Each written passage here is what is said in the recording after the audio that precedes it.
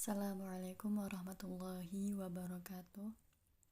Perkenalkan, nama saya Ishfi Syauqina Huda. Di sini saya akan mempresentasikan tentang proposal penelitian yang berjudul Analisis Efektivitas Pembelajaran Daring terhadap Hasil Belajar Mahasiswa di Perguruan Tinggi. Selanjutnya adalah saya akan menjelaskan tentang latar belakang. Perkembangan teknologi informasi telah mengubah cara proses pembelajaran dilaksanakan di perguruan tinggi. Saat ini, pembelajaran daring tidak hanya digunakan saat pandemi, tetapi juga menjadi bagian dari sistem pembelajaran modern. Berbagai platform seperti Zoom, Google Classroom, dan model banyak digunakan dalam kegiatan belajar mengajar. Namun, efektivitas pembelajaran daring masih menjadi perdebatan karena terdapat perbedaan pengalaman dan hasil belajar diperoleh mahasiswa. Oleh karena itu, penelitian ini dilakukan untuk mengetahui sejauh mana pembelajaran daring efektif dalam meningkatkan hasil belajar mengajar mahasiswa. Pernyataan masalah. Masalah utama dalam penelitian ini adalah efektivitas pembelajaran daring dalam meningkatkan hasil belajar mahasiswa masih menunjukkan hasil yang beragam dan memerlukan kajian lebih lanjut. Masalah ini penting karena pembelajaran daring masih banyak diterapkan di berbagai perguruan tinggi. Tentang pertanyaan penelitian. Penelitian ini berusaha menjawab 3 pertanyaan utama. Yang pertama adalah bagaimana tingkat efektivitas pembelajaran daring di perguruan tinggi, dan yang kedua, bagaimana pengaruh pembelajaran daring terhadap hasil belajar mahasiswa. Dan yang ketiga, faktor-faktor apa yang mempengaruhi efektivitas pembelajaran daring. Pertanyaan ini menjadi dasar dalam pengumpulan dan analisis dalam penelitian data. Relevansi penelitian.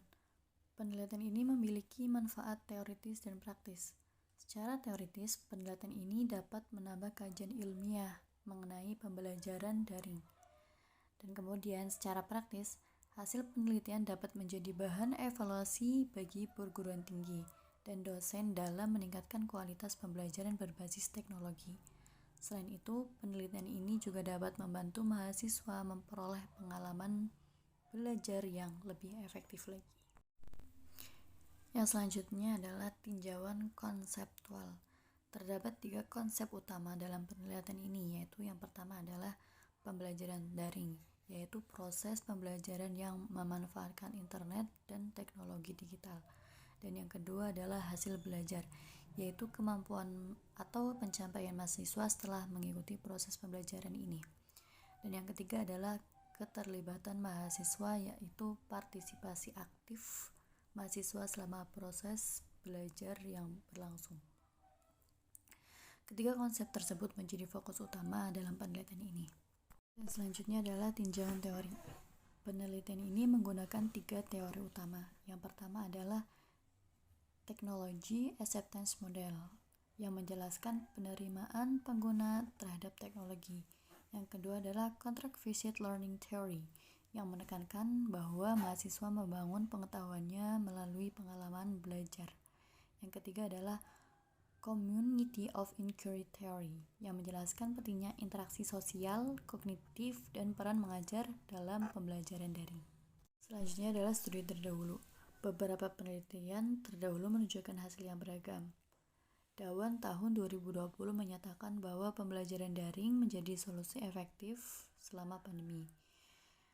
Adedoyin dan Soikan tahun 2020 menemukan bahwa efektivitas pembelajaran daring dipengaruhi oleh kesiapan teknologi dan dukungan institusi. Mes dan rekan-rekan tahun 2013 menunjukkan bahwa pembelajaran daring dapat menghasilkan capaian belajar yang setara dengan pembelajaran tatap muka. Sedangkan Martin dan Bolliger tahun 2018 menekankan pentingnya interaksi dosen dan mahasiswa. Berdasarkan hasil tersebut masih terdapat perbedaan temuan yang perlu diteliti lebih lanjut lagi. Dan selanjutnya adalah kerangka pikir. Kerangka pikir penelitian ini menunjukkan bahwa pembelajaran daring sebagai variabel X mempengaruhi hasil belajar mahasiswa sebagai variabel Y. Hubungan tersebut didukung oleh beberapa faktor seperti keterlibatan mahasiswa, interaksi dosen dan mahasiswa, kesiapan teknologi. Semakin baik pelaksanaan pembelajaran daring, maka diharapkan semakin baik pula hasil belajar mahasiswa. Tentang hipotesis. Hipotesis yang diajukan dalam penelitian ini adalah hipotesis yang pertama, pembelajaran daring berpengaruh positif terhadap hasil belajar mahasiswa. Hipotesis kedua, keterlibatan mahasiswa berpengaruh positif terhadap efektivitas pembelajaran daring.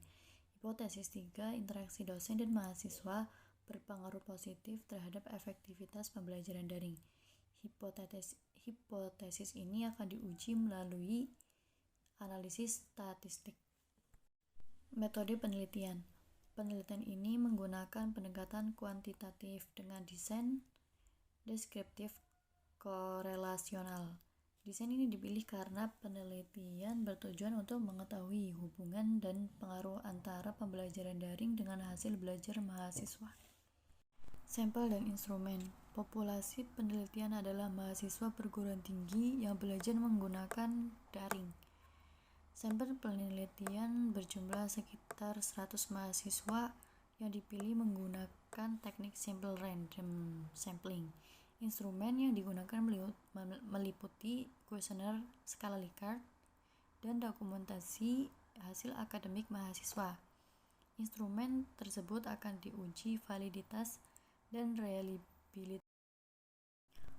Pengumpulan dan analisis data. Data akan dikumpulkan melalui penyebaran kuesioner dan dokumentasi nilai akademik mahasiswa.